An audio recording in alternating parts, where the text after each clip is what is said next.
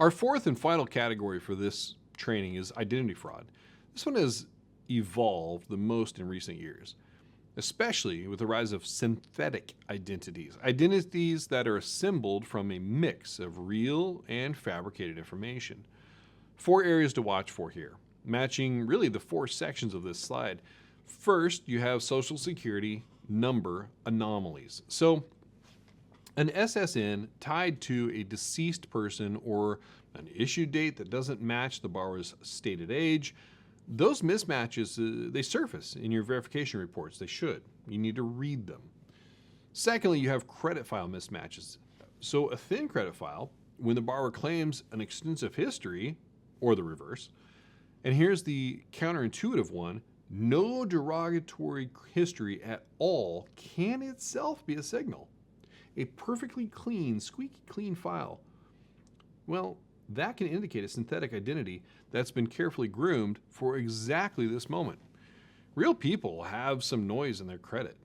And then third, address red flags. So gaps in the address history or listed addresses that are all mail drop locations with no residential footprint. Real lives leave residential trails. Fourth, knowledge-based authentication, KBA, failures.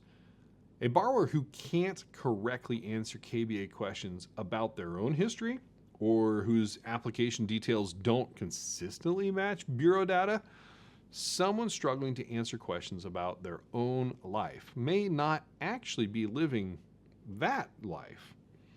Identity fraud is also where flags from other categories converge. Synthetic identities almost always arrive packaged with fabricated income documents, which brings us to a real example of what this looks like at the full scale. So this is a real case out of Raleigh, North Carolina, or Raleigh, depending on where you're from. Reynold Eugene Mullen and his girlfriend Tiffany Russell used washed credit reports, so squeaky clean, and fabricated bank statements to obtain 4 mortgages totaling $1,374,000 in value. In doing so, they were purchasing properties in Miami, Rocky Mount, and Nags Head. So notice how the scheme layered. First, you've got identity manipulation, right, through washed credit reports, plus document fraud through fabricated bank statements. And that's exactly the clustering pattern that we've been talking about. And every one of those documents crossed a loan officer's desk. Somebody looked at them, touched them, saw them, pushed them forward. And once fraud works, it kind of expands. So during the pandemic, the same pair used false payroll data and fraudulent tax returns to obtain another $1.6 million in PPP and EIDL relief funds. So it ended the way that these things usually end. Mullen was sentenced in April of 2023 to 84 months, 7 years, in federal prison.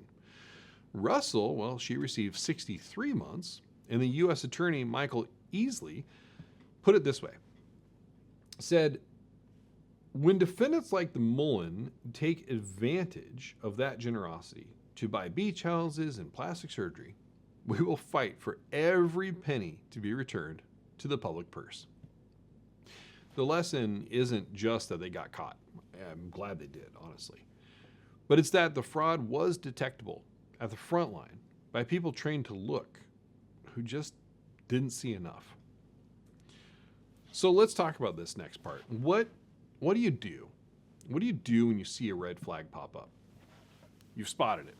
You got the red flag. Or maybe 2 or 3. Doesn't matter. 1 is enough. What now? Well, there's 4 steps in order, and this is probably the most important slide here in the entire thing. Okay? Step 1. Do not confront the borrower. This is the single most important thing that I will say in this entire course. Do not tell the borrower you suspect anything. Don't hint. Don't probe aggressively. Don't ask gotcha questions. Tipping off a suspect can actually constitute obstruction of justice, believe it or not, and it can destroy an investigation. You have to stay neutral. You have to stay professional and keep the interaction completely normal. That's hard to do in some cases. Step 2, document everything.